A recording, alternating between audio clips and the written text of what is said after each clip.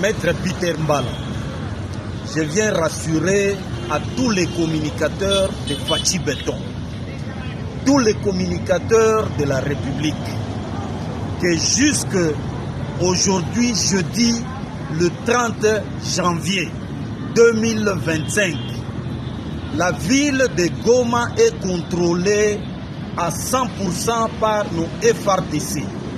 Et les patriotes Wazalendo se comportent très bien. Les messages qui circulent que Corneille Nangaa, les fous, le patin, les crétins de Corneille Nangaa auraient tenu un point de presse dans la ville de Goma, c'est faux et archi-faux. La ville de Goma est constituée de 18 quartiers. Vous imaginez, peuple congolais, sur 18 quartiers, Corneille Nangaa, les M23, avec tous ces arsenals rwandais, n'ont que 2 quartiers. Fachi a déjà gagné. Fachi a déjà gagné.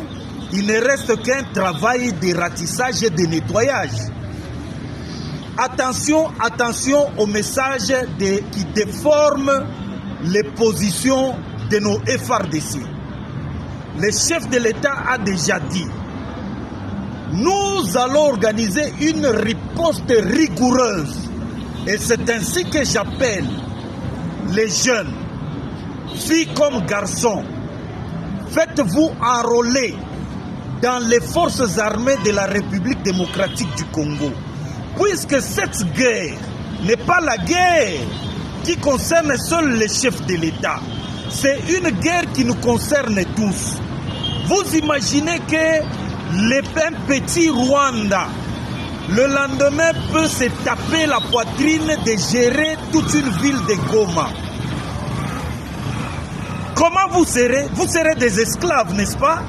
Et quand vous serez des esclaves, vous n'allez pas vous sentir chez vous en République démocratique du Congo.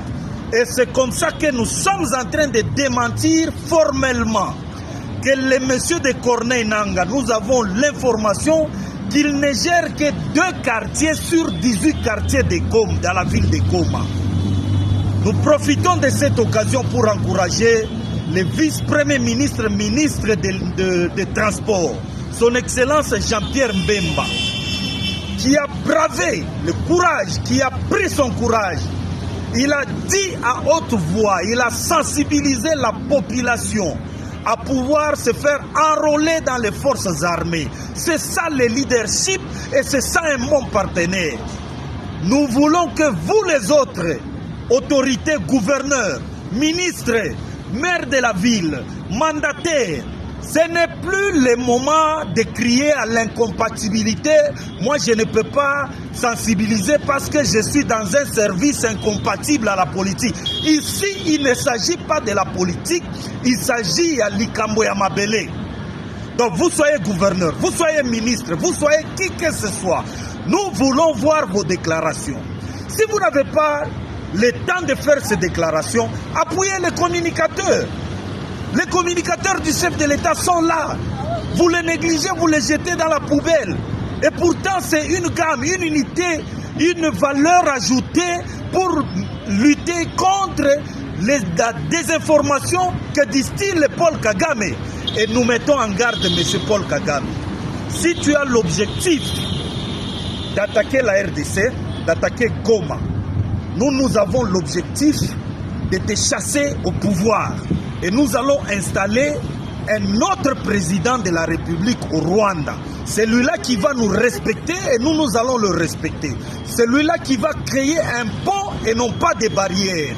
Monsieur Paul Kagame, tu dois faire très attention parce qu'il te reste peu de temps. D'ici là, tu seras chassé au pouvoir et un bon président. Un président qui va concilier les 2 pays. Un président qui va jouer le rôle d'unificateur. Pas un président assassin. Nous n'avons pas besoin d'un président assassin criminel en Afrique. Comme Paul Kagame, la communauté internationale, nous vous appelons. Lorsque vous êtes en train de jouer à l'hypocrisie, le peuple congolais vous regarde. Le peuple congolais vous observe. Et sachez que la rue va donner des solutions. Parce que le Congo reste notre pays. Et le Congo est dans notre sang. Nous ne céderons jamais et sachez que nous allons vaincre avec nos bras, avec nos têtes, avec tout ce que nous avons. Nous allons nous battre pour que le Congo soit libéré. Merci.